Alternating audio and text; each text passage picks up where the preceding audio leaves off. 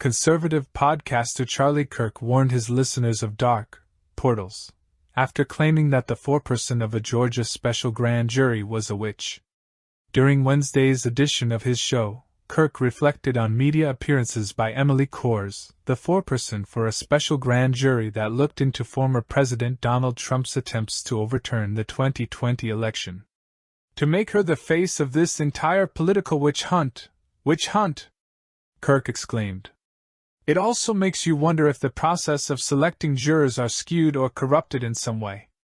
I mean, don't they do background checks? Should someone who is engaged in witchcraft probably not be the person you put on CNN? He asked. Not hyperbole. The host claimed that Kohrs was into alchemy, she's into herbs, she's into casting spells. Kirk later said witches do not have a lot of power, but they do have some. There are some very dark spiritual implications and dynamics here. He opined before telling a story about how a witch allegedly made him sick while visiting a church. I've encountered witches before, he remarked. 3 witches came up, and they started saying stuff at me. And maybe it was a coincidence, maybe it wasn't, but I got super sick right after that. Kirk suggested that there was a spiritual war playing out.